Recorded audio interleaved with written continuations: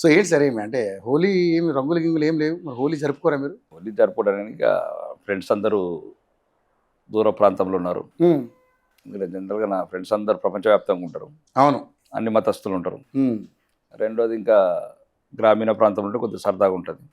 ఇప్పుడు కలిసి ఇంకా వేరే ఫ్రెండ్స్ దగ్గరికి వెళ్తున్నాను ఓల్డ్ సిటీకి. ఓల్డ్ సిటీకి వెళ్తారా? ఓల్డ్ సిటీకి వెళ్తున్నారు? అవును, మాదే కదా ఓల్డ్ సిటీ. మీదేనా? ఎట్లా అవుతుంది మీరు? ముస్లిమ్స్ లేకముందు మేమే ఉండేవాళ్ళం కదా. కొంతమంది 10 మంది ఉండేవాళ్ళు అప్పుడు నిజాం ప్రభుత్వంలో కూడా. మరి ఎంతమంది ఎందుకు అయ్యారు మరి ముస్లిమ్స్ అక్కడ? వాళ్ళకి ఫ్యామిలీ ప్లానింగ్ లేదు, మాకు సన్నాసులకు ఫ్యామిలీ ప్లానింగ్ ఉంది, అంతే కదా తేడా. కరెక్టే, మంచి మంచి సమాధానం చెప్పారు. అంతే కదా. చట్టము ఒక్కరికే అనుకుంటున్నారు, హిందువులకే అనుకుంటారు. చట్టం లేదు అసలు. చట్టం అనేది ఉందా అసలు? లేదు. వీళ్ళు భయపడిపోయారు, వీళ్ళు హిందువులు. గోడల మీద రాసిన రాతలు చూసి, గోడల మీద రాతలు రాసి మేమిద్దరం మాకిద్దరు ముద్దు, మేమిద్దరం ముద్దు అనుకుంటా ఇప్పుడు వచ్చి ప్రమాదం పొంచుంది. ఇప్పుడు చాలా పెద్ద ప్రమాదం. ప్రమాదమే దిగిన గంటలు మోగుతున్నాయి ఎక్కడ దేశవ్యాప్తంగా. నిజంగా సార్ అసలు నాకు రక్తం మరిగిపోతుంది. నేను అసలు అంటే ఈ క్వశ్చన్ మిమ్మల్ని అడగాలి, బట్ మీరే దీనికి సమాధానం చెప్పాలి. కాదు సార్, ఎక్కడో ఇరాన్లో యుద్ధాలు జరిగితే ఇక్కడ సంబరాలు చేసుకోవడం అంటే అక్కడ ఎవరో ఒక కమ్యూనియన్ అనే వ్యక్తి చనిపోతే ఇక్కడ ఎందుకు అంత ఘనంగా వాళ్ళ ఫ్యామిలీలో ఎవరో పోయినట్టుగా, వాళ్ళ ఫ్యామిలీలో ఏదో జరిగినట్టుగా రోడ్ల మీద ర్యాలీలు ఏంటి, ఆ ఏడుపులు ఏంటి? అసలు అది ఓల్డ్ సిటీనా లేకపోతే వేరే పాకిస్తాన్ దేశం లాంటిది? అది ఏంటి సార్? అసలు హైదరాబాద్లో ఏం జరుగుతుంది సార్? నువ్వు వాళ్ళందరి మీద దేశద్రోహ చట్టాలు పెట్టాలి.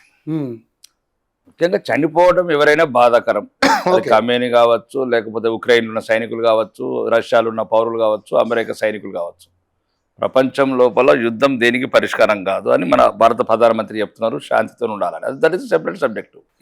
కానీ కమేని అనే వ్యక్తి గురించి అసలు ఈ దేశంలో ఎవరు నోరెత్తినా దేశ భద్రత చట్టం కింద లోపలేసేయాలి.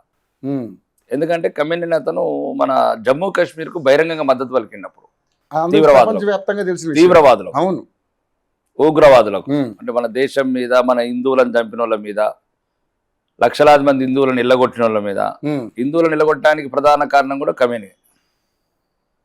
కాశ్మీర్ నుంచి ఆ రకమైన ఉగ్రవాద చర్యలు, హత్యలు, అత్యాచారాలు ఇవన్నీ కావడానికి కారణం కమేని. కాబట్టి ఇక కమేని గురించి ఎవరన్నా సరే నిరసన తెలిపితే చక్కగా జైల్లో బొక్కల దోషేయాల, లేదంటే ఇరాన్ పంపించేయాల. రెండే రెండు. ఈ నేలలో ఉండి ఈ గాలి పీల్చుకుంటా, ఈ నీళ్లు తాగుకుంటా, ఇక్కడ ఉన్న అన్నము తినుకుంటా, అన్ని వనరులు వాడుకుంటా వీడు పక్క దేశం పాట పాడుతుండే ఎవడైనా సరే అని తీసి మొత్తం బయటపడేయాల, ఎవడైనా సరే. నాకు మొన్న జరిగిన అంశాలు చూస్తుంటే ప్రమాదం పెద్ద ఎక్కువ దూరంలో ఏమీ లేదు అనిపిస్తుంది సార్. నాకైతే చాలా దగ్గరలోనే ఉంది, చాలా ఘోరమైన స్థితిలో ఉంది మన భారతదేశం అనిపించింది నాకైతే. ఎందుకు ఎప్పుడో ఉంది అక్బరుద్దీన్ రూపంలో, అసౌద్దీన్ రూపంలో, దానికి అంత దూరం పోవడం ఎందుకు? అదే అంటున్నా, దగ్గరలో దూరంలో లేదు. అక్బరుద్దీన్ రూపంలో, అసౌద్దీన్ రూపంలో హైదరాబాద్ లోనే ఉంది. హైదరాబాద్ లో ఉన్న హిందువులకు సన్నాసులకు చెప్తున్నా, ఇంకెక్కడ దాకా పోకురు మీరు, ప్రపంచం చూడకుర్రి. మనకు అన్నిటికన్నా ప్రభావం 2 ఆటం బాంబులు ఉన్నాయి ఇక్కడ, ఓవైసీ బ్రదర్స్. వాళ్ళు మాట్లాడే మాటలు, వాళ్ళు రెచ్చగొట్టే మాటలు, విషం పోసే మాటలు, హిందువులను చులకన చూసే మాటలు, ఇవన్నీ రాబోయే రోజులలో మా ప్రభుత్వం రాగానే అప్పుడు తడగా చూపిస్తాం.